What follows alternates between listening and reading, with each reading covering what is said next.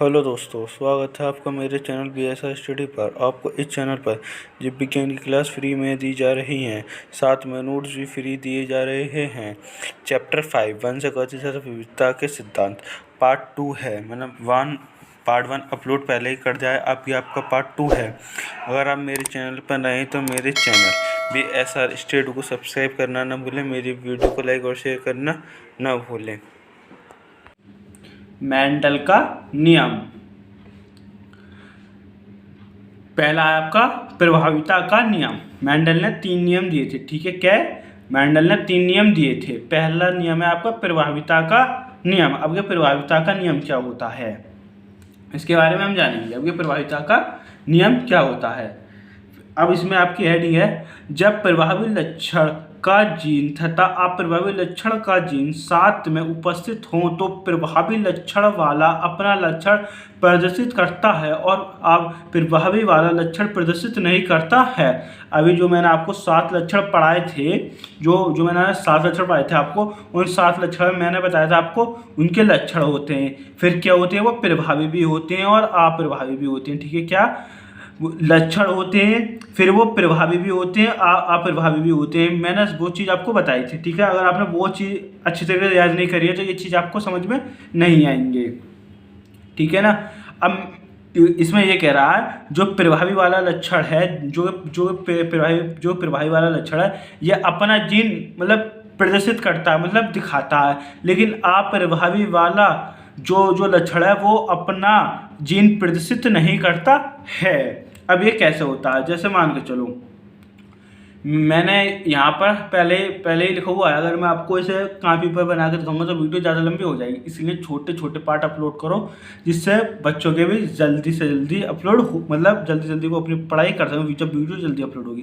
जैसे प्रभावी अप्रभावी, अगर आपने इन दोनों कर लिया है बहुत अच्छी तरीके से तो आपको कोई दिक्कत नहीं होने वाली है। जैसे प्रभावी है, प्रभावी में मैंने जो लक्षण लिया है, प्रभावी में वो था आपका लंबा, ठीक है। क्या प्रभावी में मैंने ले लिया लंबा और अप्रभावी में ले लिया मैंने बौना, ठीक है। मैंने प्रभावी में लंबा और अप्रभावी में मैंने ले लिया बौना। अब इसमें जैसे लंबा लिया मैंने तो मुझे इसे कैपिटल से प्रेजेंट करना है, ठीक है। ये नहीं कि मैंने इसे कैपिटल T से प्रेजेंट कर दिया तो मैं इसे कैपिटल T से ही प्रेजेंट करूँगा। आप इसे किसी भी चीज़ से प्रेजेंट कर सकते हैं, जैसे कैपिटल A, कैपिटल B या कैपिटल T। जो अक्सर चलता है वो ज़्यादातर कैपिटल T ही चलता है। लेकिन जो अप्रभावी वाला लक्षण होगा, ठीक है, जैसे मैंने लंबा लिया, इसे जो प्रेजेंट करा है लंबे को मैंने करा है इसे कैपिटल T से, ठीक है। कौन किससे करा, मैंने इसे कैपिटल T से करा। लेकिन जो बौना होगा ना, बौना उसे आपको स्मॉल t से प्रेजेंट करना होगा। जो हम कैपिटल से, जो हम जिस कैपिटल अक्षर से प्रेजेंट करेंगे उसे ही हमें कैपिटल से प्रेजेंट करना होगा। जैसे मैंने यहाँ आपका इस कैपिटल ले लिया T, तो आपको यहाँ स्मॉल से करना पड़ेगा T, ठीक है ना।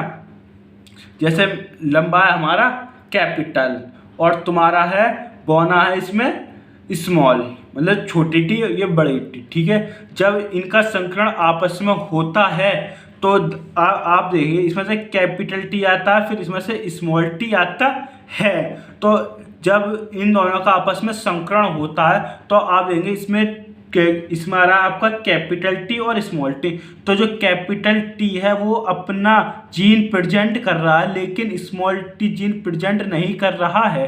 जो जीन शुरू में प्रेजेंट होता है उसे ही हम कहते हैं कि ये अपना लक्षण प्रदर्शित कर रहा है। हम बाद वाले को नहीं कहते कि अपना लक्षण प्रदर्शित कर रहा है। जो शुरू में कर दे उसे ही हम कहते हैं कि ये अपना लक्षण प्रेजेंट कर रहा है। जैसे आपका लंबा था तो ये क्या हुआ, इसने अपना लक्षण प्रेजेंट किया, लक्षण, ठीक है ना। तो ये आपका लंबा, ठीक है, इसे बोलेंगे प्रभावी, ठीक है। क्या बोलेंगे, इसे हम प्रभावी बोलेंगे, ठीक है। मैं आपको एक और बार हेडिंग पढ़ाता हूँ, बहुत अच्छी तरीके से सुनना, मैंने अभी आपको समझा दिया।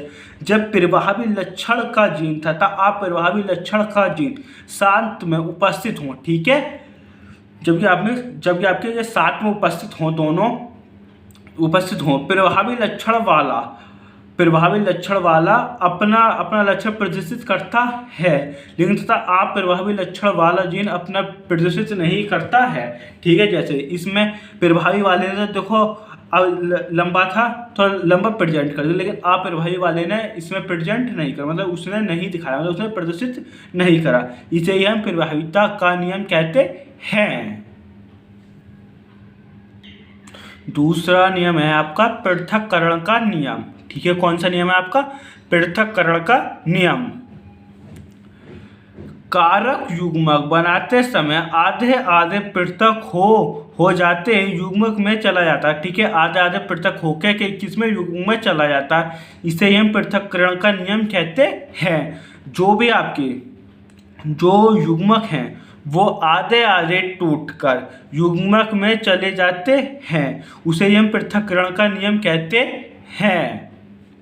जैसे मैंने अभी आपको एग्जाम्पल में समझाने के लिए लिखा हुआ है या मेरा यहाँ पे, जैसे मान के चलो मैंने प्रभावी लक्षण ले लिया आपका लंबा और आप प्रभावी ले लिया मैंने बौना। तो जैसे अभी हमारे कारक हैं, ठीक है, कारक अब मैंने ले लिया कैपिटल टी से प्रेजेंट करा, मैंने इसे बौने को करा स्मॉल टी से। ठीक है ना, ध्यान से सुनना, मैंने इसे कैपिटल टी से और इसे मैंने बौने को कैपिटल टी से प्रेजेंट करा और मैंने इसे स्मॉल टी से। लेकिन मैंने आपको जो प्रभाविता का नियम पढ़ाया, मैंने आपको एक चीज़ बताना भूल गया उसमें। ठीक है, वो आप यहीं समझ लीजिए। जैसे मैंने बोला था कि प्रभावी के मतलब कि प्रभावी और ये आप प्रभावी है। जैसे प्रभावी में हमारा लंबा है तो हम इसे कैपिटल टी लिखेंगे ना, तो हम इसे 2T से प्रेजेंट करेंगे। ठीक है, किससे? कैपिटल 2T से प्रेजेंट करेंगे। मतलब अभी तक कोई भी हेडिंग आए आगे भी तो उसमें भी आपको 2 कैपिटल टी से ही प्रेजेंट करना है। जैसे लंबा ना जी, हम तो 1 कैपिटल टी से प्रेजेंट करेंगे, 1 कैपिटल टी से प्रेजेंट नहीं करना, हमें 2 कैपिटल टी से ही प्रेजेंट करना है, चाहे बौना हो चाहे लंबा हो। ठीक है ना, हमें इन्हें जैसे लंबा है तो हमें इसे 1 से नहीं हमें 2 से प्रेजेंट करना है, ऐसे ही 1 से नहीं हमें 2 से ही इसे प्रेजेंट करना है, स्मॉल मतलब कैपिटल और स्मॉल को।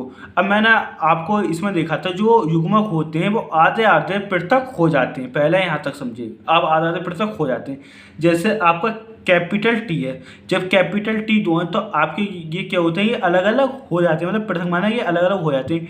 ये एक कैपिटल टी इधर आ जाता है और एक कैपिटल टी इधर आ जाता है। ऐसे ही आपके बौने में होता है, जो स्मॉल है स्मॉल में एक टी इधर आ जाता है और एक टी इधर आ जाता है। तो अब जबकि एक एक टी इधर आ जाते हैं तो युग्मक में चला जाता है, मतलब पृथक होकर युग्मक में चला जाता है। जो युग्मक है अब जो इनका संकरण होना वो संकरण में हो जाता है। इसे ही हम पृथक्करण का नियम कहते हैं। जैसे इसमें मतलब जो जीन है, मतलब जो लक्षण है वो क्या होते हैं, वो आधे आधे टूट जाते हैं, उसे हम पृथक्करण का नियम कहते हैं। अब है आपका तीसरा नियम स्वतंत्र अपवहन का नियम। तीसरा नियम है, ठीक है ना। इसमें क्या होता है, जब 2 लक्षणों को लेकर संगणना कराया जाता है, ठीक है, क्या 2 लक्षणों को लेकर, अभी जो आपने पढ़ा था प्रभाविता का नियम और पृथक्करण का नियम, उसमें एक एक लक्षण थे। ठीक है, अब हम इसमें दो लक्षण लेकर कराएंगे। ठीक है ना, जब 2 लक्षणों को लेकर संगणना कराया जाता है तो दोनों लक्षणों के जीन स्वतंत्र रूप से युग्मक में चले जाते हैं और स्वतंत्र रूप से अपना लक्षण प्रदर्शित करते हैं, और एक लक्षण का जीन दूसरे लक्षण के जीन को प्रभावित नहीं करता है, मतलब वो प्रभावित नहीं करता है, वो आराम से रहते हैं। अब ठीक है, अब मैं इसे आपको एग्जांपल के तरीके से समझाता हूँ। अभी आपने इसे हेडिंग पढ़ी, अभी आपको समझ में नहीं आएगा, जब मैं आपको समझा दूँगा तब मैं इसे आपको दूसरा पढ़ाऊँगा तो ये आपको बहुत अच्छी तरीके से समझ में आएगा। जैसे मान के चलो मैंने यहाँ पर लिया एक गोल और एक पीला। ठीक है, मैंने लिया एक गोल और एक पीला। ठीक है, इसमें ये जो बोल रहा है 2 लक्षणों को लेकर संगणना कराया जाता है। ठीक है, हमने दो लक्षण ले लिए, गोल और एक पीला। ऐसे ही हमने दूसरी तरफ ले लिया अप्रभावी की तरफ, झुर्रीदार और हरा। क्या हमने प्रभावी ले लिए और ये हमने अप्रभावी ले लिए। अब इसमें जो गोल है आपका, जो गोल है इसमें आपका कैपिटल से प्रेजेंट कर रहा है। ठीक है, इसे हमने कैपिटल R से प्रेजेंट करा, हमने पीले को कैपिटल Y से प्रेजेंट करा। ठीक है, उसके बाद में ऐसे झुर्रीदार जो हरा हमने इसे स्मॉल R से और स्मॉल Y से। अब ये क्यों, मैंने आपको पहले भी समझाया फिर दूसरा आके समझा रहा हूँ, क्योंकि इस चीज़ को आप बार बार रिपीट करेंगे तभी ये आपकी समझ में आएगी। जैसे मान के चलो जैसे मैंने गोल लिया, पहले मैं अभी एक ही लक्षण की बात कर रहा हूँ, अभी मैं दूसरे लक्षण की बात नहीं करता। जैसे मैंने गोल लिया, गोल लेने के बाद जो आपका कैपिटल है, हम इसे कैपिटल अक्षर से प्रेजेंट करते हैं। आप इसे ABCRY किसी से ही प्रेजेंट कर सकते हैं, ठीक है। यहाँ पर पहले मैंने आपसे टी से प्रेजेंट करा था, आपने देखा ठीक है, किससे करा था मैंने, टी से प्रेजेंट करा था, लेकिन यहाँ मैं अब आर से प्रेजेंट कर रहा हूँ, ठीक है। जैसे गोल है, मैंने इसे यहाँ पे आर से प्रेजेंट कर लिया, ठीक है। गोल कुछ ये प्रभावी और ये अप्रभावी, ठीक है। मैंने प्रभावी को क्या करा, मैंने इसे कैपिटल से प्रेजेंट कर लिया आर को, लेकिन यही मैंने स्मॉल से प्रेजेंट करा, जो झुर्रीदार है मैंने इसे स्मॉल आर से प्रेजेंट करा, ठीक है।